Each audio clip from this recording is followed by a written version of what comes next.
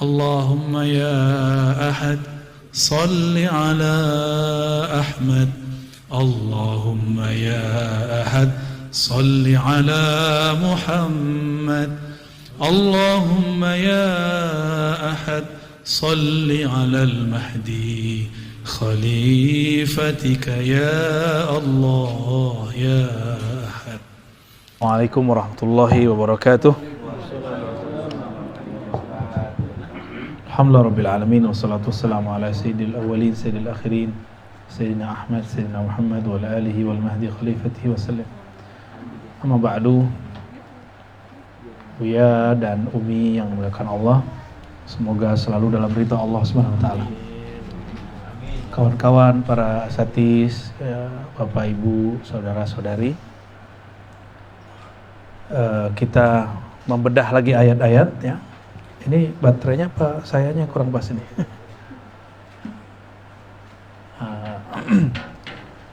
Sebelumnya kita mengkaji ini sebenarnya semi. Jadi kajian itu disebut ta'lim, ada juga ta'rif. Kalau ta'lim mengkaji yang tertulis. Mengkaji yang tertulis. Kalau ta'rif mengkaji yang tersirat. Yang tersurat ta'lim, yang tersirat ta'rif ya. Silakan diganti. Jadi kalau kita ngaji Al-Qur'an, kalau dalam ilmu tafsir ada namanya tafsir bil ma'thur. Tafsir berdasarkan riwayat. Lalu ada yang tersurat, ya ada yang tersirat. Yang tersirat ini ada dua macam, ada aqliyat, ada zauqiyat. Jadi kalau kita baca Quran ya, ini makna Al-Quran. Makna Al-Quran. Ketika orang membaca makna Al-Quran, maka makna itu ada yang berdasarkan riwayat, disebut ma'thur. Ma'thur itu ya riwayat.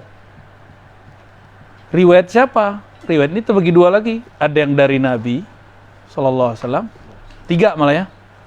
Ada yang dari generasi salaf, ada yang Israiliyat.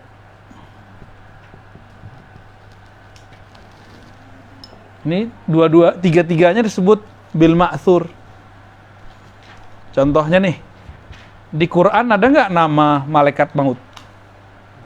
Nggak ada. Namanya kan Israel. Israel itu adanya di Israiliyat. Di hadis Nabi nggak ada, sallallahu alaihi wasallam.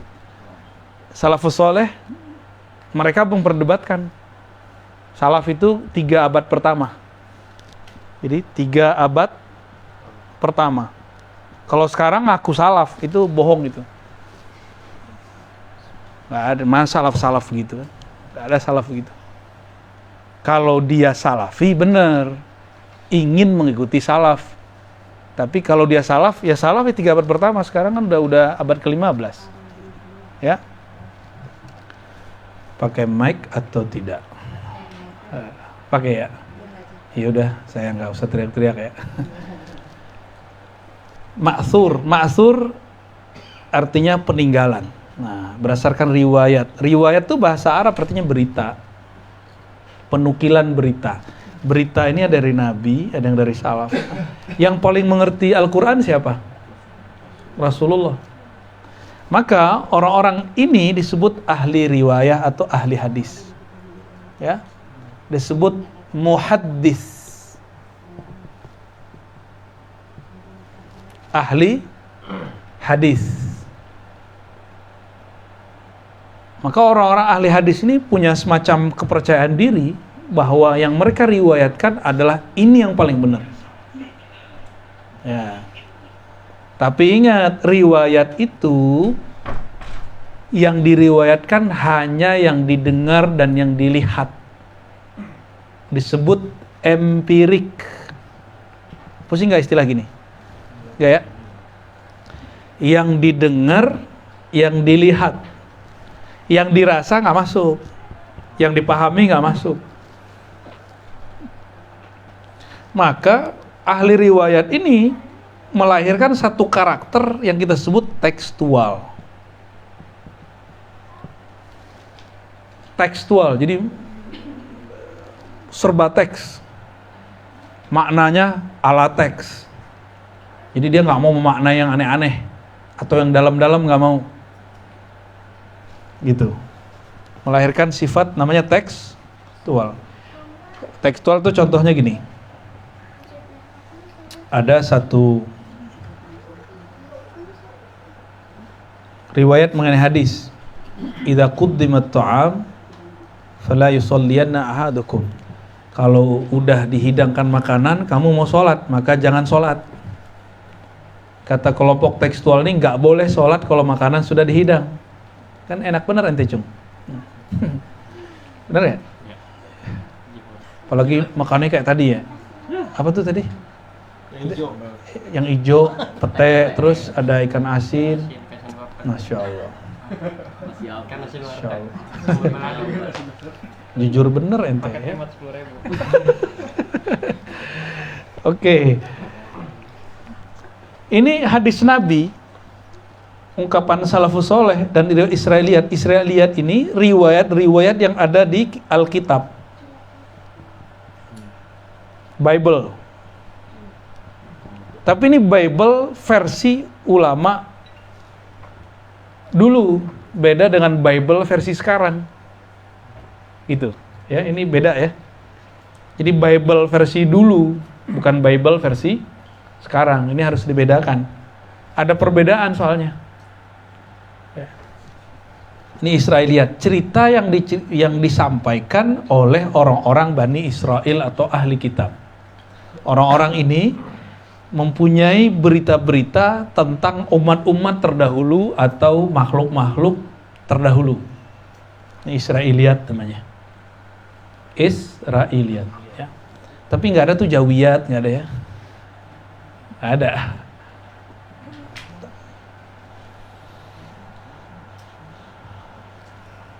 Tapi ingat, ini tidak semuanya sahih. Ada yang sahih, ada yang tidak sahih. Ada yang benar, ada yang nggak benar. Berita, ini kan artinya berita ya. Riwayat kan berita itu ada yang valid, ada yang tidak valid. Kalau valid dia disebut sahih. Kalau nggak valid dia disebut, ya bisa jadi hoax, bisa dhaif. Kira-kira seperti itu. Ya. Jadi kalau kita dapat tafsir, jangan-jangan nih 1, 2, 3 Israiliyat. Contoh kisah Zulaikha tergoda oleh Nabi Yusuf. Saya tidak menolak kisahnya, tapi nama Zulaikha tidak ada di surat Yusuf. Nama Zulaikha adanya di Israiliyat. Tapi di Israiliyat nama dia disebutkan 5 nama. Kok yang populer cuma Juleha? Jadi yang ahli nyembelih itu kan namanya kelompok Juleha kan? Nggak nyambung ya? Kalian nggak ngerti sih yang gitu-gituan ya. Itu yang tukang jagal-jagal tuh, komunitasnya namanya Juleha. Tahu kan? Jangan-jangan ada pengikutnya di sini. Ya. Nah, ini disebut tafsir bil ma'thur. Yang terakhir paling lengkap itu Imam As-Suyuti, judul kitabnya Ad-Durrul Mansur. Bukan Syekh Mansur. Ad-Durrul Mansur. Syekh Mansur temanku itu. Itu kitab paling lengkap mengenai Israiliyat, mengenai riwayat. Jadi dia masukkan kalam Nabi, nggak ada kalam sahabat atau tabi'in atau setelahnya, kalau nggak kalam Israiliyat. Itu Imam As-Suyuti. Makna tafsir ada juga yang bukan bil ma'thur, bil ma'qul. Ma'qul ini akal. Kita pikirkan makna ayatnya, ketemu maknanya, maka disebutkan ma'qul, yang dapat dicapai oleh akal. Inilah tafsir-tafsir yang kita sebut tafsir ilmiah. Tafsir-tafsir ilmiah. Ilmiah dalam bahasa Arab ada ilmiah murni, kaidah-kaidah falsafah, ilmu akidah. Ada terapan yang sekarang disebut tafsir saintis. Udah ada sekarang ya. Alhamdulillah saya ngajar di lembaga Institut Ilmu Al-Quran. Di situ salah satu metode yang kita ajarin cara menafsir ala-ala ini semua. Jadi metodologinya kok bisa muncul dan segala macam. Ya. Ada tafsir yang ketiga. Kalau di kitab disebut al-isyarah. Ya, di kitab, tapi saya nanti nyebutnya dengan istilah lain ya. Isyarah.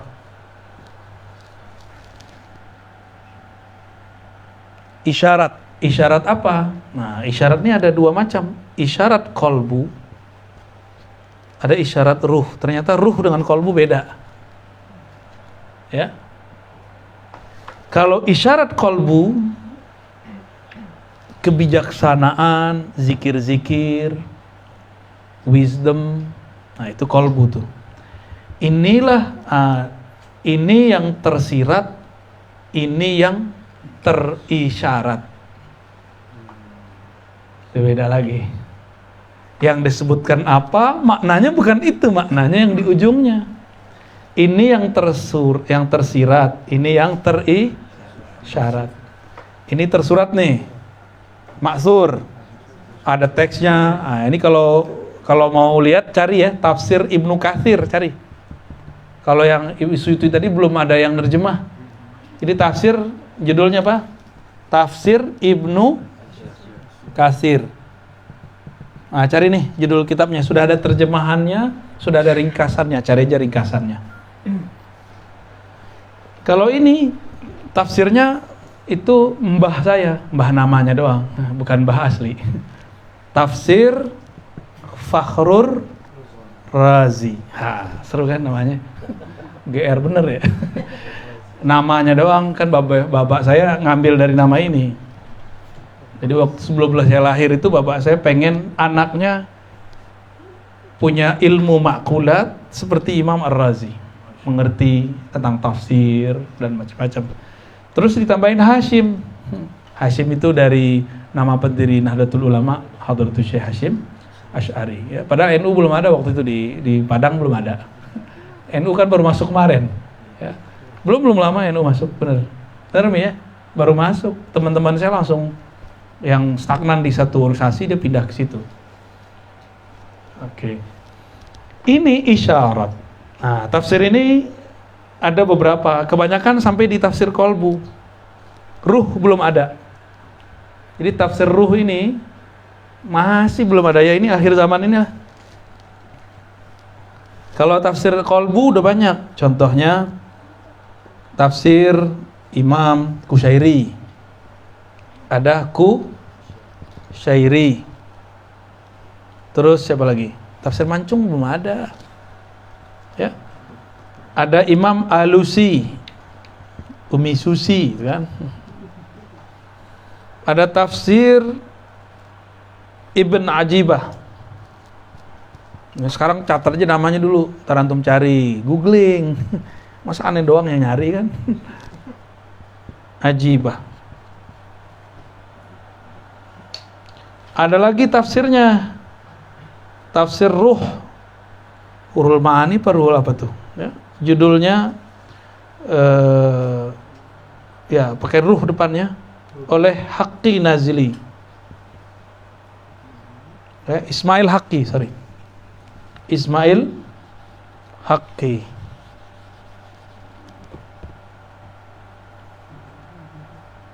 Kita tulis Haqqi aja deh. Ah, ini yang paling bagus, tafsir Imam Ismail Haqqi. Sayangnya belum ada terjemahannya. Saya cari-cari nggak ada ya. Pengen ditaruh di perpus kita buku-buku ini, cuma paling ini yang ketemu. Itu udah habis. Ini ada kemahalan. Ini nggak tahu nih ada apa enggak nih. Saya pengen koleksi ini sebenarnya. Selama ini kita baca lewat PDF dan aplikasi. Atau saya masuk ke perpus, saya pinjem gitu. Ini yang paling saya suka nih, tafsir Haqqi. Dia seorang mursyid thariqah, ahli hadis, ahli qiraat, ahli macam-macam. Jadi orang itu dulu mau menafsir nggak boleh sembarang orang, karena mentafsir itu mentafsir sumber pengetahuan Quran. Oleh karena itu semua pengetahuan standar harus dia kuasai. Jadi untuk menjadi ahli tafsir nggak cukup bisa bahasa Arab, nggak cukup LC, MA, doktor, nggak cukup. Dia harus belajar balaghah, ma'ani, nggak cukup juga ilmu bahasa. Mesti belajar fikih karena di Quran ada fikih hukum. Mesti belajar akidah karena ayat-ayat Quran sepertiganya akidah. Mesti belajar tasawuf karena separuh Al-Quran, sepertiga Al-Quran itu isinya tentang tasawuf. Contohnya, qad aflahal mu'minun alladzina hum fi salatihim khashi'un. Orang beriman sungguh menang. Siapa yang khusyuk? Khusyuk adanya di tasawuf. Jadi ayat itu dalil kalau tasawuf itu nggak bisa pisah dari Quran. Lah kok ada kelompok sekarang bilang nggak ada tasawuf di Quran? Ya sama kayak ada bilang nggak ada matahari. Mana matahari? Matahari mana? Ada matahari di pala dia kan. Nah, tafsir ini nih. Ini kok baru tafsir kolbu. Ya, semoga di akhir zaman ini kita bisa buka tafsir ruh. Ya, semoga ya. Harus mengenal ma'rifatul ruh. Kalau ini ma'rifat kolbu, dan semuanya sumbernya adalah Imam Ghazali. Inilah yang melahirkan tarekat-tarekat sufi. Di Indonesia ada 40 lebih. Dan itu sahih semua. Yang nggak sahih pelaku-pelakunya yang nakal-nakal paling. Torikotnya nggak ada masalah. Ini mereka itu orang ulama semua. Ya, dan ini mereka belajar torikot tuh di Mekah, bukan di Jawa, bukan di Madura, bukan di Sumatera. Belajarnya di Mekah Madinah depan Masjidil Haram Jabal Abi Qubais. Mereka suluk di situ, ya kayak di kampung kita loh, ya. Ada apa suluk? Banyak kan suluk? Banyak suluk. Itu dulu tradisi ulama di depan Masjidil Haram Jabal Abi Qubais. Mekah udah nggak boleh. Jadi Wahabi mengharamkan tasawuf. Maka ilmu ini kan mereka sudah pulang. Ketika Wahabi berkuasa, alhamdulillah Syekh Mursyid ini sudah punya zawiyah, surau, pusat-pusat suluk di negeri kita. Jadi ilmunya orang Mekah udah keserap ke Turki, ke Indonesia, ke Malaysia, Singapura, Brunei, Patani. Ya, udah pindah ke kita udah. Alhamdulillah. Jadi kalau Umi bilang rindu Mekah, suluk Umi. Terasa belajar ma'rifatul qalb, belajar ma'rifatul ruh. Itulah Mekah Madinahnya kita. Ini kan kita nggak ngerti, baru orang mau berangkat umroh, si Om Rikon udah datang nih kan? Ya, Om udah datang lagi dia. Habis itu Om apa lagi yang datang ntar? Suka-suka dia lah ya. Bismillah. Ini taklim namanya nih, bukan ta'rif ya. Ini taklim. Nah, ilmu ruh, isyarat ruh ini pasti benar, nggak pernah salah. Tapi kalau isyarat kolbu bisa-bisa keliru. Karena kolbu ini kalau bernoda, maka isyaratnya pun ternodai. Tapi kalau ruh tidak pernah ternodai. Ya. Tapi ini mahalnya bukan main. Kenapa? Dulu waktu orang-orang Yahudi datang, yas'alunaka anir ruh, ya. Mereka bertanya kepadamu tentang ruh. Nama istrinya Agi tuh. Ya.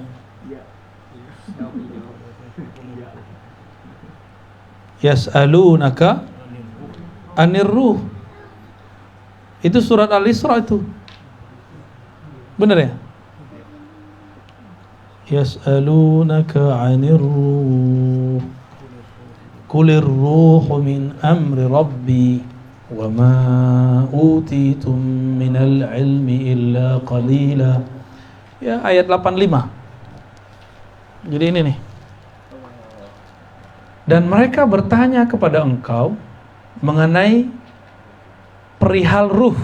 An itu kan kalau bahasa Arab kita atakallam an. Misalnya saya mau bercerita tentang Indonesia. Sa'uhaddithukum anil mawdu' fima yata'allaq an atau bi gitu ya. Atau an, pakai an aja. Atakallam an Jakarta. Saya akan bercerita tentang Jakarta. An tentang perihal rahasia. Ini ruh. Tapi kendalanya apa? Ini ayat ini jadi kendala bagi sebagian orang yang gagal paham, yang mereka tidak mengerti benar makna yang ada dalam teks dan maksud kejadian kisah asbabun nuzulnya. Mereka bertanya kepadamu tentang ruh. Jadi dulu itu ada ahli kitab, ini 2 kisah kata Imam Ibnu Hajar di Mekah dan di Madinah. Jadi ayat ini bisa diturun 2 kali. Ini versi Imam Ibnu Hajar ya. Orang-orang ahli kitab, nah saya cenderung kepada ahli kitab.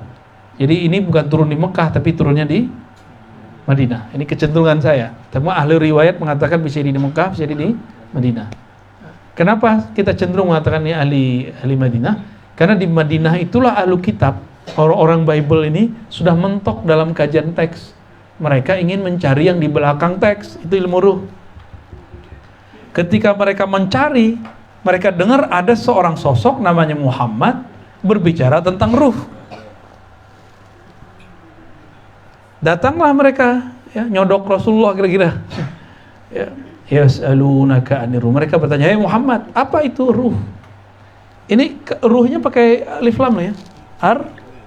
Nah, ini beda dengan ruh biasa, pakai alif lam. Apa itu ar-ruh? Nah, ini bukan kalimat sembarangan. Kalau udah alif lam berarti ini kalimat kesempurnaan. Kalau ruh, Nabi bisa jawab, "Oh, itu ada dalam diri kamu."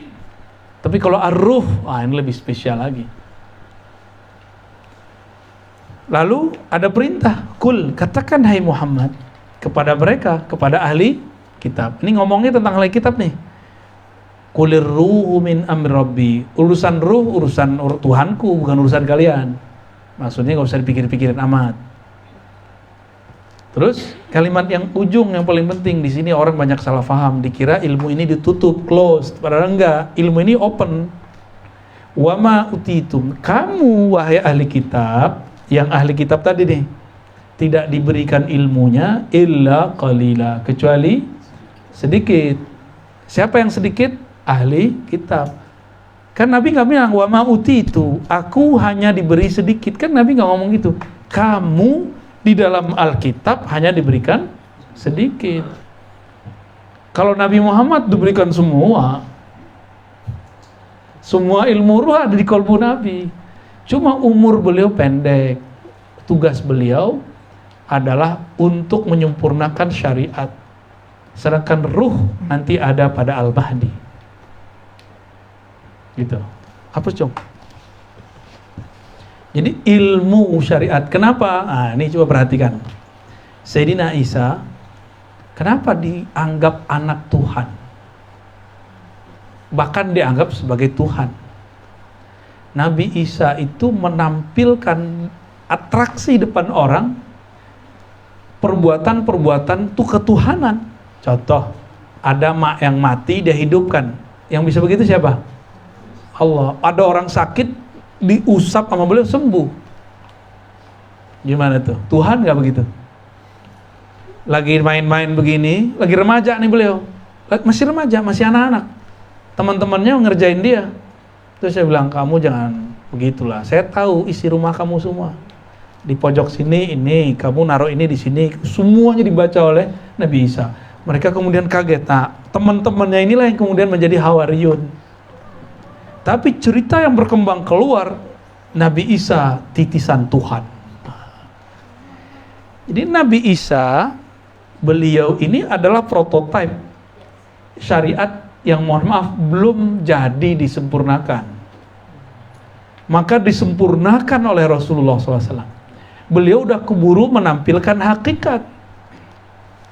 Nabi Isa, ya, kan beliau punya 2 sisi nih, sisi zahir, sisi batin. Udah terlanjur menampilkan yang batin. Batinnya Nabi Isa pantulan sifat-sifat Allah semua. Maka orang mengira Nabi Isa itu Tuhan. Nah, ini bahaya. Karena orang-orang yang sudah lebur batinnya dalam batinnya Allah, berarti dia sudah tidak ada, yang ada cuma batinnya Allah. Kalau dia berkalam, kalam Allah. Dia bilang kun, jadi. Dia bilang hidup, hidup. Mati, ya mati. Yang zahirnya, ini namanya ilmu hakikat dan ma'rifat.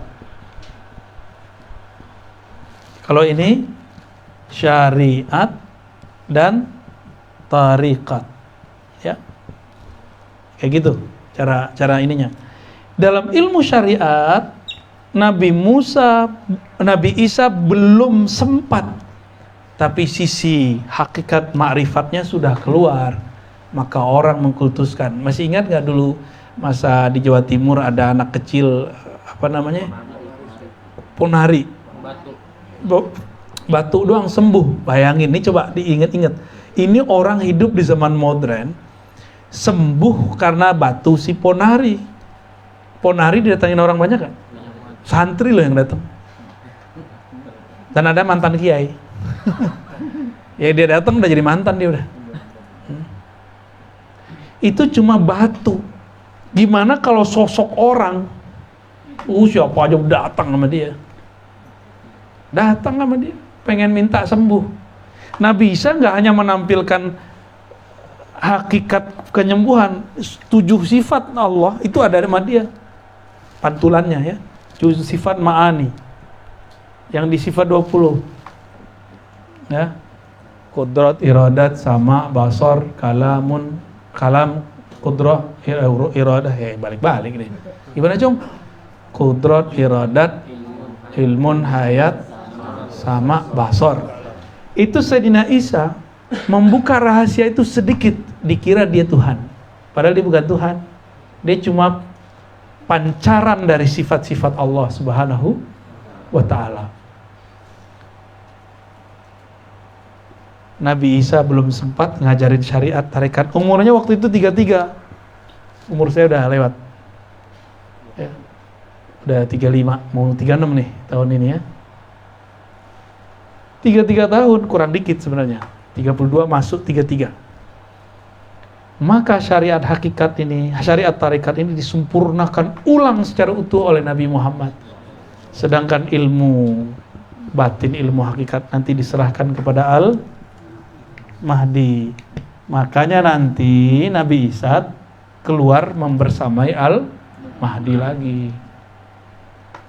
Al-Mahdi itu isi kolbunya ma'rifat, hakikat ma'rifat yang Nabi tahan di ayat ini.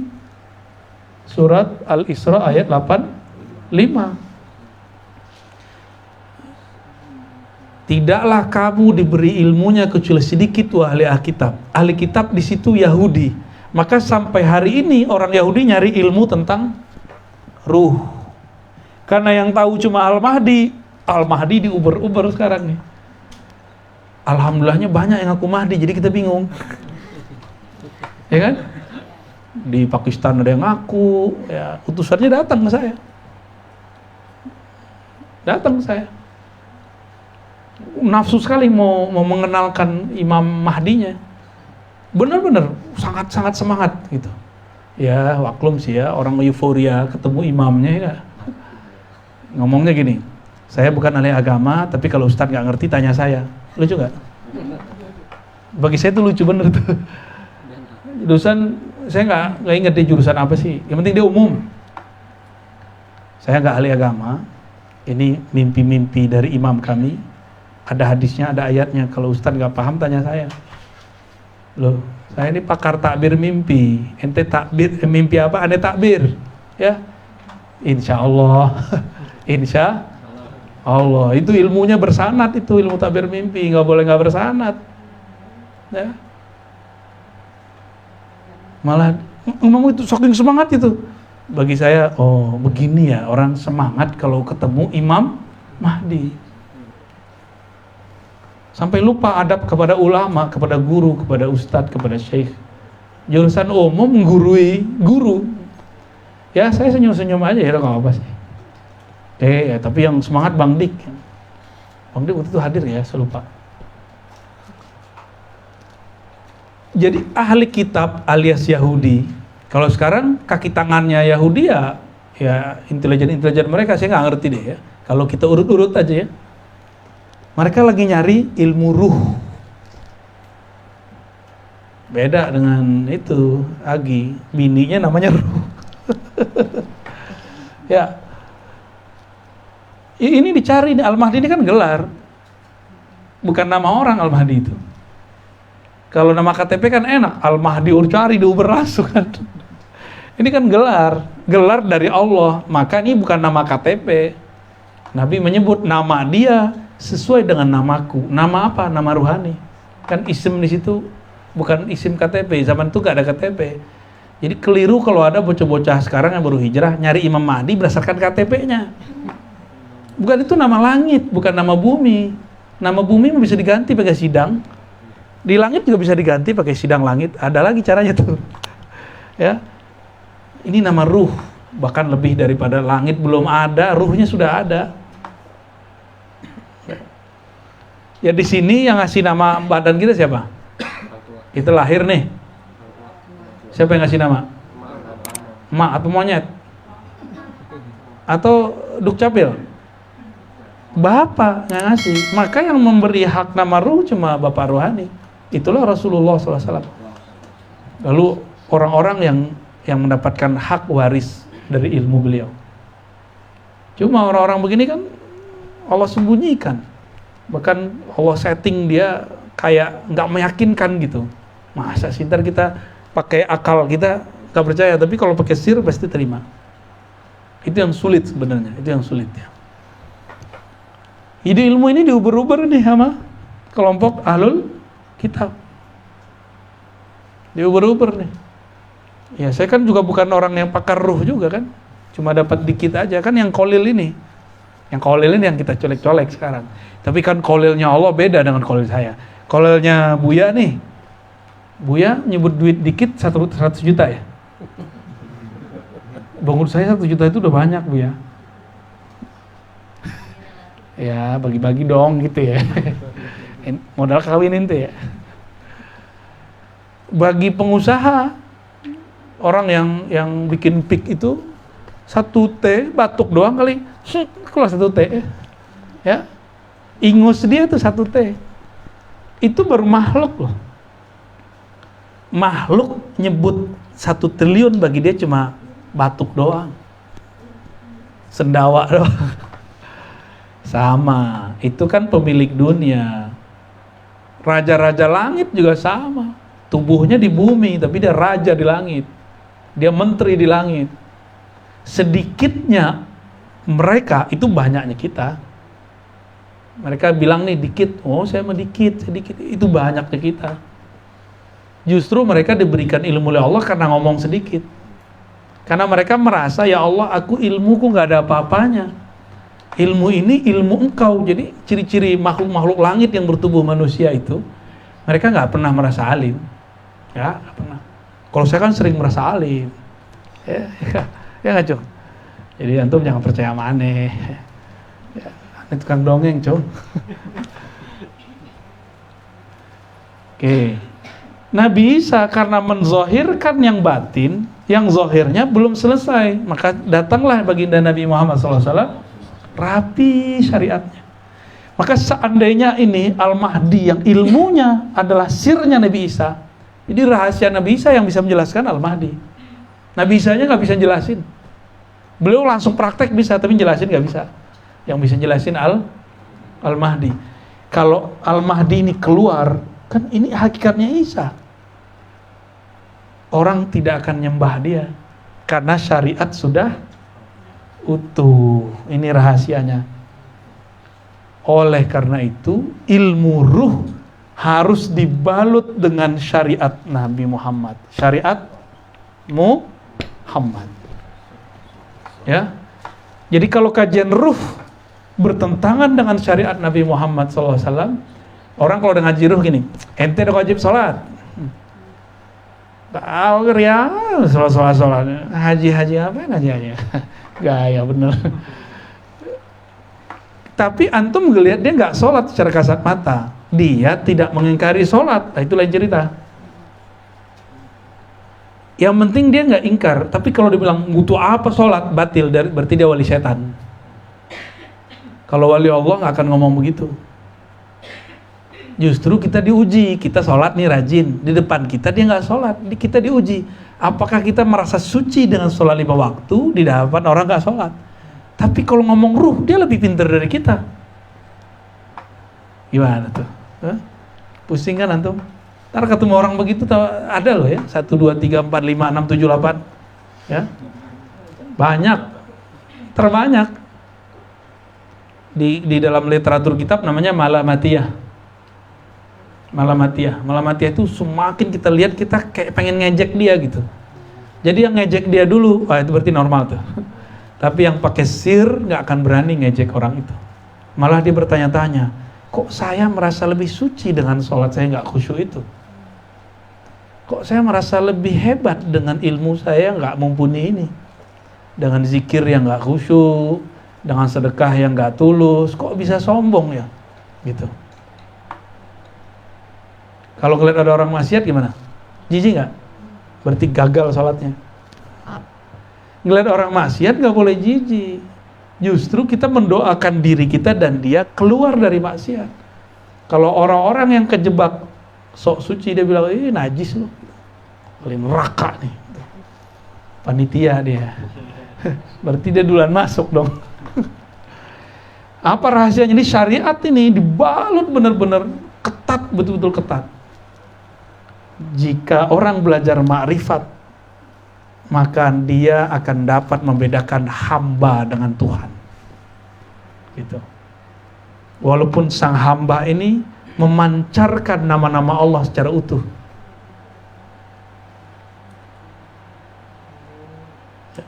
Kalau Al-Mahdi itu isi rohaninya adalah qalbu Rasul, seharusnya ma'rifatnya lebih tinggi dari Nabi Isa kan?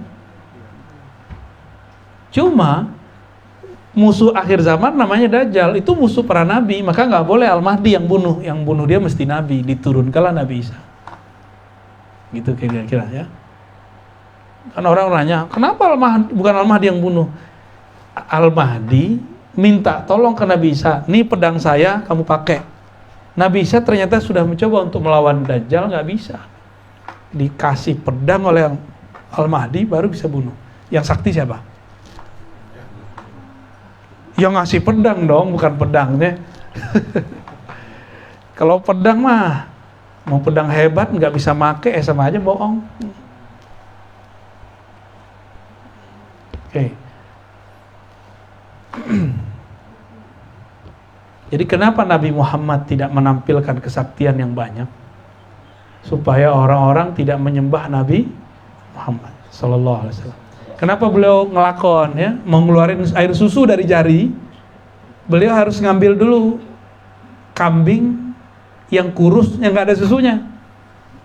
Perah-perah keluar air susu. Zohirnya dari kambing, tapi sebenarnya dari tangan beliau.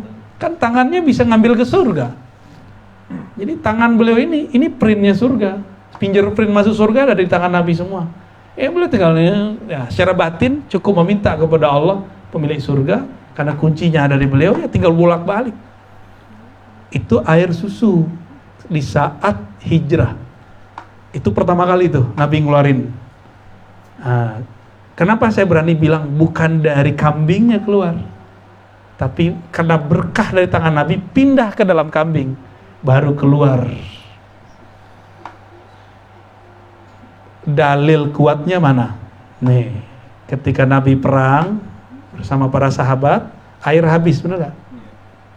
Supaya nggak ketara, Nabi bilang, udah yang 1 gelas 2 gelas kumpulin di bak sini. Lalu beliau begini tangannya, tiba-tiba keluar air di jarinya. Tuh, masih kurang percaya? Itu air mineral yang keluar air mineral dari tangan Nabi. Itu air cukup untuk 700 orang. Mereka masuk semua dan itulah air paling mulia sealam semesta. Air yang keluar langsung dari jari-jari Rasulullah. Ya, beruntunglah sahabat-sahabat yang meminum air itu. Makanya sahabat-sahabat yang ikut perang dengan Nabi saat itu nggak ada satupun yang ahli neraka. Karena dia sudah minum air surga sebelum masuk surga. Wajar dia bersama yang megang kunci. Tapi Nabi ngelakonnya, Masya Allah. Nabi itu kan ngelakon jadi Muhammad bin Abdullah, si anak Abdullah, anak Dullah lah kira-kira gitu. Ya, gang Mekah gitu ya. Gimana Cung? Ente bisa bahasa ini nggak Cung? Gang Mekah, anaknya bukan Dullah. Ya gitu Cung. Iya, cocok logi. Bener cocok Cung. Nabi tidak diizinkan mengeluarkan air khamar dari tangan karena khamar masih haram di bumi. Ya. Termasuk madu belum. Nabi cuma kasih syarat, kasih madu gitu aja.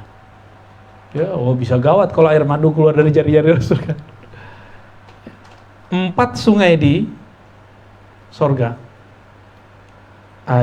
Sungai air mineral, sungai air susu, sungai air madu, sungai air khamar. Khamar ternikmat tapi nggak bikin mabuk. Apa tuh namanya yang air orang Korea tuh dari air beras? Soju. Itu aja yang non alkohol udah enak banget. Saya bayangin kalau tuanya di atasnya soju, kayaknya enak ya. Ya. Itu kan bayang-bayangan aja. Alhamdulillah dari dulu nggak pernah minum tuh, alhamdulillah. Ya. Tapi ada godaan ke sana sih ya. Rasulullah SAW itu ditangani semua tuh. Terus yang kelimanya apa dong? Ya kelimanya fingerprintnya, al-hautnya di situ, telaganya Rasulullah Sallallahu Alaihi Wasallam. Ya. Dari mana kita paham ini? Yang ngantor sekarang nggak bisa masuk kantor kalau kantor tertentu ya, kalau nggak pakai fingerprint. Allah itu kasih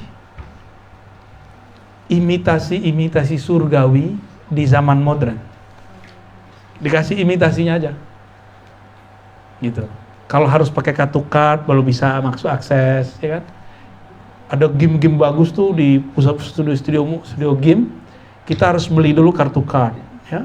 Harus diisi kreditnya, baru bisa main. Itu kan surga khayali, surga imajinasi.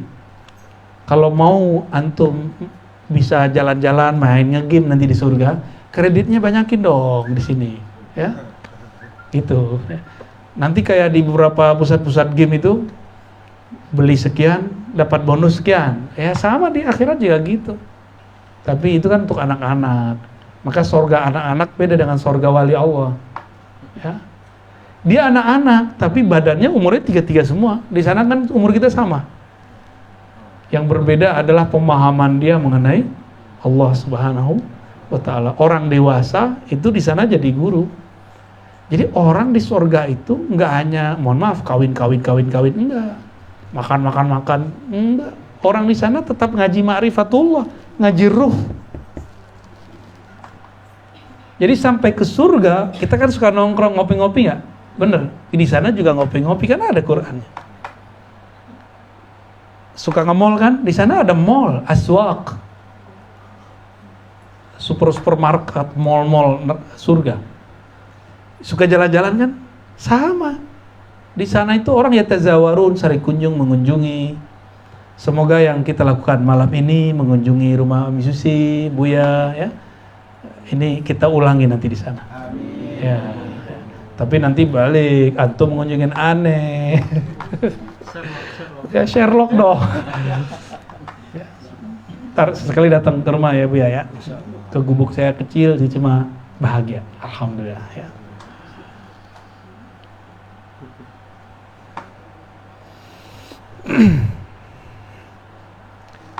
Ini baru pengantar, udah jam berapa nih? Jam 10. Tapi ini sudah dapat intinya sih. Ya. Jadi yang akan dicari, diuber-uber oleh ahlul kitab, termasuk orang-orang intelektual di kalangan muslim, itu ilmu tentang ruh.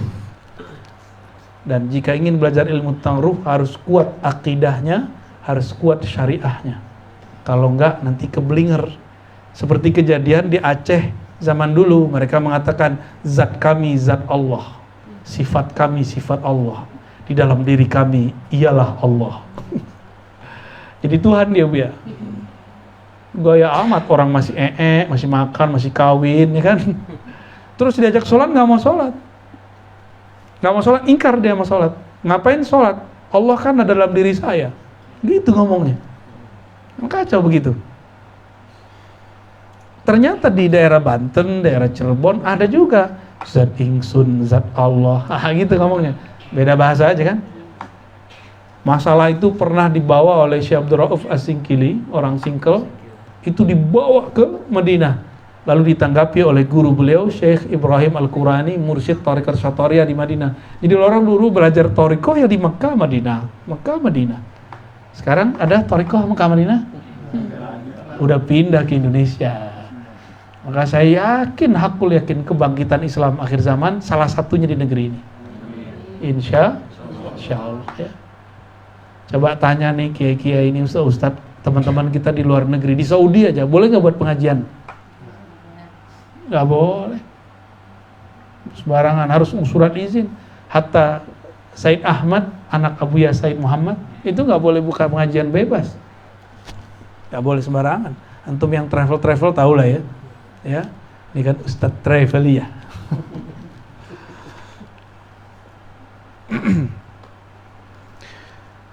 Nah, ini PR kita ke depan. Jadi kita harus mencari ilmu ini, ilmu tentang huruf ya.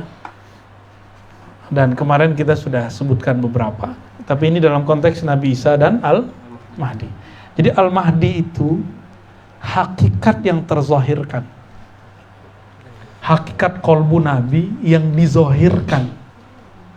Jadi isinya Al-Mahdi itu, isinya kolbu Nabi semua. Jadi kalau udah ngomong tentang ilmu ruh, itu yang dibicarakan tentang yang di kolbu Nabi dulu. Yang kata Ibnu Abbas, kalau aku buka nih isi kolbunya Nabi, kalian akan mengkafirkan aku. Karena syariat waktu itu sedang progres. Nabi baru wafat, masih goyang. Sampai muncullah kemudian 4 mazhab. Tahu kan 4 mazhab? 4 mazhab, lalu ada Imam Asy'ari, Maturidi. Udah pas itu berdiri, maka barulah ilmu ini tegak. Ya. Ada tahun 309, imam namanya Hallaj. Al-Hal 309. Waktu itu ilmu akidah belum beres, belum terstruktur. Kalau mazhab sudah. Kalau mazhab tahun 241 sudah 4 mazhab.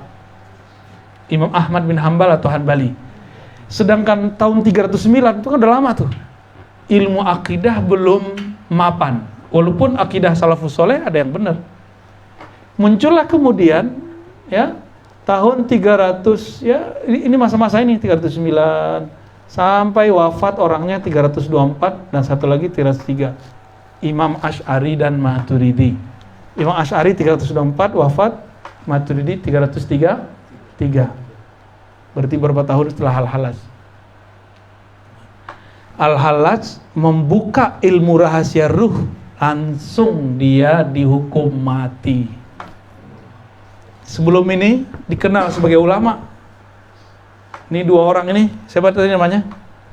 Asy'ari, Maturidi. Ya, 2 imam ini. 2 imam ini masih lagi membangun pemahaman yang dia dapatkan dari ulama salaf, ulama terdahulu, dari Nabi, menjadi satu kaedah-kaedah akidah. Belum matang-matang benar itu. Udah ada ulama salaf yang kuat, tapi masih sifatnya private, personal orangnya sudah oke, tapi belum semacam pergerakan khusus. Maka Al-Hallaj ketika buka ilmu ini, dia langsung difitnah, merasa jadi Tuhan. Al-Hallaj. Tahun 505 wafat Imam Ghazali. Sebelum tahun 505, Ghazali ngomong apa? Seandainya aku hidup di zaman Al-Hallaj dan aku menjadi hakimnya, aku akan bebaskan dia secara mutlak. Ternyata hakimnya belum mengerti. Ini versi Imam Al-Ghazali. Nah, sekarang ilmu akidah Asy'ari Maturidi udah matang, udah mapan. Bahkan tambah sempurna di zaman ini. Maka ini udah siap, ilmu ruh akan siap-siap dibuka selebar-lebarnya. Ya, pelan-pelan lah. Doakan saya juga istiqomah. Insya Allah saya ikut khidmah menjelaskan ini nanti dari ilmu-ilmu yang kita ambil dari guru-guru kita. Ya. Insya Allah. Udah jam 10 lewat 10. Udah 1 jaman lebih ya?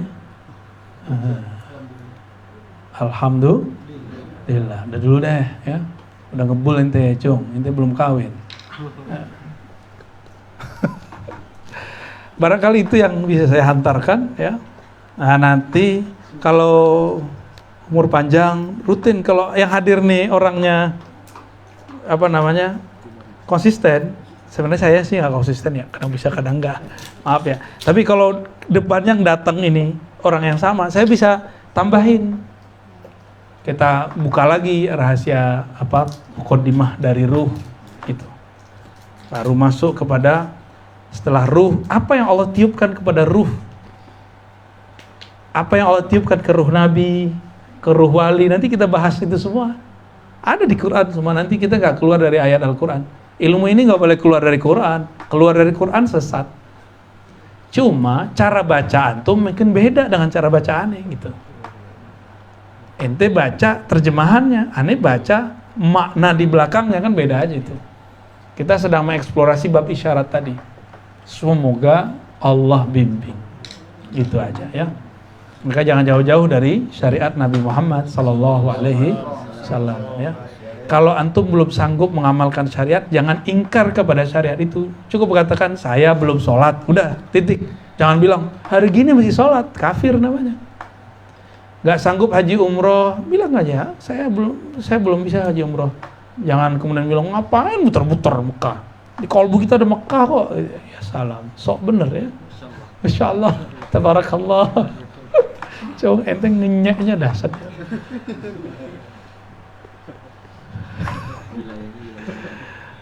Udah ya? Mau ada diskusi? 1-2 pertanyaan cukup ya? Ada? Gimana? Ada yang mau ditanyakan? Ibu-ibu? Nah ini mak, karena di rumah Om Susi ya, ibu-ibu dulu yang nanya nih. Gimana Bu? Ada yang mau ditanya? Pertanyaannya kan, Cung, kapan ente kawin? Iya. Siapa nih yang nanya? Oke. Assalamualaikum warahmatullahi wabarakatuh. Saya belum bisa ngebedain kalau sudah dapat HP-nya ruhnya antara ruh sama kolbu. Gimana cara bedainnya? Cung, apa Cung? Ruh sama kolbu. Iya. Apa beda ruh dan kolbu? Jangankan ibu, Imam Ghazali aja nggak bedain. Tapi Ar-Razi bedain. Ya. Tenang Bu, saya bedain Bu. Tenang. Jangan-jangan itu bisikan yang dari mana? Nggak benar, itu ruhnya yang nanya tuh. Kamu, kolbu kamu bukan ruh kamu, itu dia yang ngomong. Kolbu bisa galau, ruh nggak boleh galau. Kolbu itu kalau di tubuh disebut jantung.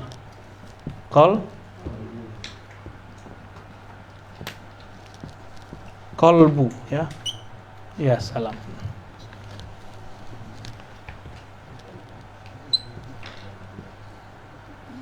Nah, kira-kira begitulah ya. Gimana Cung? Love. Si kolbu ini ya, di dalam dirinya itu ada struktur-struktur. Ini namanya fuad. Ada lagi namanya lub. Ingat ya, ini bakal kita ulang-ulang sampai kiamat. Biar oke masuknya. Lub itu inti. Tapi di dalam inti itu ada inti lagi. Sir. Sir itu adalah metadata daripada ilmu ma'rifat. Boleh disebut juga Play Store-nya kolbu. Play Store-nya kolbu. Harus bisa di-download dulu. Harus punya email dulu. Baru bisa ngedownload dari sini. Nggak punya email nggak bisa. Ya, email itu yang disebut nama ruh. Ya. Dalamnya, ini tambah ke dalam nih, ruh. Tapi tambah ke dalam, tambah luas. Kalau digambarkan kayaknya tambah kecil ya. Tapi sebenarnya tambah ke dalam, unlimited. Allah itu mandang ke kolbu. Allah nih ya, ini simbol aja. Allah mandang ke kolbu. Apanya yang dipandang dari kolbu? Yang dipandang Allah dari kolbu, ruhnya. Jadi Allah kalau mau komunikasi dengan hamba itu bukan lewat yang di luar. Kan di luar ini kolbu nih. Kita tambahin satu lagi nih, ya, biar gede sekalian kan. Ini itu bagian terluar dari ruhani. Jadi ruh itu punya struktur. Bagian terluar dari ruh namanya kolbu. Karena dia bagian terluar, dia pasti ternodai. Tapi setan tidak pernah bisa mendudukinya. Dia hanya bisa rusak dari luar. Ini kolbu. Jadi kalau orang maksiat nih matanya ketutup. Maksiat lagi begitu terus. Kalau sehari kita matanya jelalatan, udah ketutup deh. Ya. Kira-kira gimana? Hari ini udah banyak belum jelalatannya? Banyak banget. Udah ngomongin orang tutup lagi kan. Kesel sama laki sama bini tutup lagi. Makan gak pakai bismillah, kok tutup lagi. Kesel sama orang, hasad, iri, dengki, udah tutup semua. Fuad gimana nasibnya? Fuad ini kan kalau kita pakai kacamata, ini warnanya itu apa, kacamatanya, lensanya itu kolbu. Lensanya burem. Muka orang jadi burem nggak? Kalau lensanya hitam, mukanya orang kayak hitam. Matahari mana ini? Kayaknya malam aja tuh hari. Nah, ini yang disebut orang kalau lensa ruhnya sudah ketutup, kolbunya zulumat, dipenuhi dengan kegelapan. Lalu gimana cara bersihinnya? Karena ini dosa kolbu, tobatnya tobat kolbu, nggak bisa tobat zahir. Apa penyakit di kolbu? Ini yang dikeluhkan kepada Allah. Maka kalau kita ngaku pengakuan, Allah ampuni, tapi besok diulang lagi, keluar muncul lagi tuh jerawatnya semua, nodanya muncul lagi. Maka istighfar itu, ini kabar gembira dari Allah Subhanahu Wa Taala, dari Rasulullah. Jika seseorang maksiat hari ini, di kolbunya kan ada noda, tapi di malaikat belum ditulis, ditunggu per 24 jam ada nggak istighfar? Tuh, ini kabar baik buat mancung yang jelalatan. Pulang dari Lampung sampai sekarang ingat mulu ya. Ya ampun. Syarifudin gimana Syarifudin? Diam-diam dia sebenarnya nyesek juga tuh. Jadi kita ini sebenarnya ruhnya nggak pernah tersentuh oleh keburukan. Dia cuma kacamatanya ketutup gitu. Nah, kacamata ini tergantung akalnya disekolahin apa enggak, itu ngaruh juga tuh. Nah, bagian terluar ini namanya akal. Bagian terluarnya lagi namanya jiwa, nafs. Bagian terluarnya lagi badan atau jasad. Ini kita nyekolahin badan, latihan silat, ya kan, fitness. Kita latihan jiwa. Ini psikolog di sini nih. Ya. Akal sampai S3 kan? Dia sampai S2, S3 S1, tapi bisa jadi GM ya, keren. Kita S3, JOM, bukan GM. Ini sampai di sini, kita sekolah udah sampai ke sini. Terus tiba-tiba orang-orang yang mohon maaf akalnya nggak sempurna, dia mencoba mengukur kolbu dengan badannya. Oh, nggak masuk di akal lah, nggak mungkin lah, masa badan bisa begitu. Banyak kan orang begitu? Banyak. Nabi Ibrahim nggak kebakar.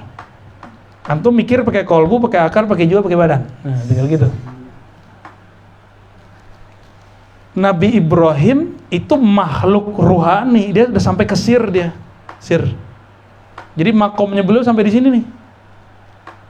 Ini nih makom beliau. Ini Nabi Ibrahim di sini nih. Di sini. Jadi nabi-nabi selain Nabi Muhammad di sini. Cuma Nabi Muhammad yang bab ruh. Ya, ulama-ulama paling tinggi di sini, di Ya Nabi bagian sinilah, ya ulama di belakangnya, ulama wali-wali Allah. Nah, di SIR inilah metadata alam semesta, Play Store. Semua pengetahuan ada di situ semua. Dan ini ada dalam struktur diri kita. Cuma saya nggak percaya kalau orang ngaku-ngaku dia punya ilmu laduni, dia aja nggak tahu dirinya, nama dirinya siapa, ya kan? Main buat-buat aja namanya sendiri. Nah kita kalau ada satu ayat di Quran mengenai Nabi Ibrahim tidak terbakar oleh api, itu kan nggak terbakar, yang kita lihat kan badannya, yang diceritakan di Quran. Tapi saat itu beliau kan yang dominan bab sirnya. Jika manusia itu sisi ininya yang dominan kepada badan, jiwa dan akalnya, jika ini ketemu musuhnya, maka dia jadi kebal, imunitasnya tinggi. Akal harusnya stres dengan pandemi, tapi kalau dia mikir pakai fuad, pakai lub, pakai sir, dia malah dapat rahasia. Seharusnya kalau pakai pandemi, jiwa stres, akal nggak bisa mikir, masdud. Kan stres di sini ya, stres di jiwa. Kalau akal apa namanya? Ya orang nggak bisa mikir lah, udah mentok akalnya. Ketika ini mentok semua, kalau dia berpikir dengan lubnya, pakai ini aja udah cukup. Ini udah cukup untuk mengcover ini semua. Tapi di akhir zaman, ujian itu udah tembus melewati kolbu. Jadi wali-wali Allah yang cuma makomnya makom kolbial lewat. Apalagi dokter-dokter lewat tuh. LCMA yang ilmunya cuma pakai kitab kuning lewat semua. Maka jangan heran orang pintar baca kitab ngomongnya kasar, ceramahnya penuh kebencian, karena dia cuma membaca yang tertulis. Dia nggak pakai ini dia. Antum masih pakai fuad, masih bisa kelewat sama Dajjal nanti. Yang nggak lewat tuh yang udah masuk ke sir. Ini masih goyang tapi selamat, ini selamat nih. Kolbu ini masih bisa selamat kalau dia sudah dapat pencerahan. Tapi jarang nanti. Orang-orang di sini banyak yang mati ntar. Jadi mursyid nanti banyak yang mati. Banyak yang murtad. Ya, orang-orang tarikat kan ahli kolbu, itu banyak yang murtad nanti. Dia nggak sadar kalau dia sudah murtad. Masih pakai kopiah hitam, pakai serban, masih pakai tasbih, tapi dia sudah murtad semua. Allah udah nggak pandang imannya, karena sudah menyekutukan Allah dengan sosok yang dikultuskan itu. Ya. Dialah Dajjal itu nanti. Jadi Dajjal itu nyamar jadi wali ntar. Gawat nggak ntar? Makanya saya nggak heran ketika ada tamatan Timur Tengah datang ke rumah goyang masalah Imam Mahdi yang di Pakistan itu. Imam Mahdi ala dia. Ya, ente S1, S2, S3 di Timur Tengah, masa itu aja nggak ngerti? Dia bilang gitu aja. Ada cara jawabnya, ini rahasia antar kita jelasin ya. Insya Allah ya. Kita ini selalu memanjakan badan, jiwa, akal. Coba, ente tadi kalau nggak makan masuk angin nggak? Kolbu nggak makan masuk angin juga dia. Cuma angin kolbu beda lagi. Fi qulubihim maradun fazadahumullahu marada. Di kolbunya ada penyakit. Kalau dibiarin nambah. Gitu. Apa lagi? Jadi beda nggak kolbu dengan ruh? Ya ini bedanya. Jadi kolbu itu bagian terluarnya ruh. Imam Ghazali bilang raja itu kolbu. Kalau Ar-Razi enggak, Ar-Razi bilang raja itu ruh. Ya. Di saat Imam Ghazali nulis ilmu ma'rifat, asror yang baru dibuka oleh Allah bab kolbu. Sekarang Allah udah buka lagi. Virus udah segini hebat. Kitab Sahih Bukhari dulu orang nyarinya harus berbulan-bulan baru khatam, mau cari kemana-mana. Sekarang download di internet kan. Maka semudah apa sekarang belajar ilmu-ilmu hadis yang dulu didapat 3 bulan, 7 bulan, 7 tahun. Sama, ilmu ruh ini nanti akan Allah turunin. Yang penting tahu cara downloadnya. Bisa di-download. Ya, masa Sahih Bukhari bisa di-download. Ya. Apalagi film bisa di-download kan? Film di sini bisa di-download. Isra Mi'rajnya Nabi itu bisa di-download. Bisa di-copy ulang. Nabi Ibrahim bisa diputar ulang itu. Cuma dia harus masuk ke alam sirnya. Ya, hati-hati. Kalau nggak kenal hakikat ruh, bisa-bisa yang masuk iblis. Disambat sama iblis. Ini kita hati-hati aja di situ.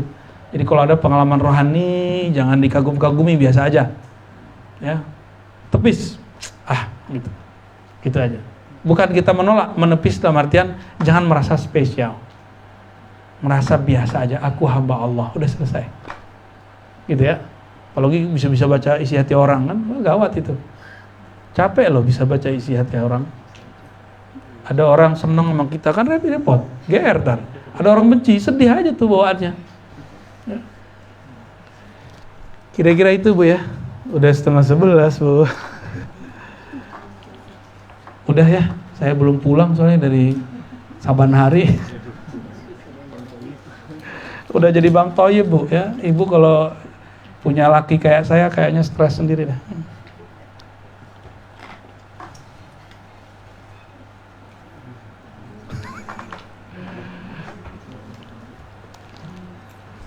Baik, semoga ini adalah awal yang baik. Mukadimah mulu dari kemarin ya, tapi beda ya kajiannya dengan sebelumnya. Beda nggak? Beda ya, alhamdulillah. Nggak mau juga saya ngulang-ngulang gitu.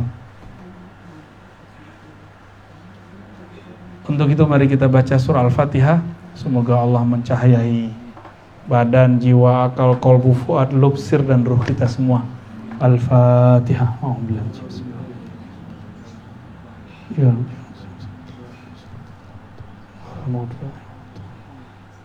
Alhamdulillah rabbil alamin. Mohon izin. Assalamualaikum warahmatullahi wabarakatuh.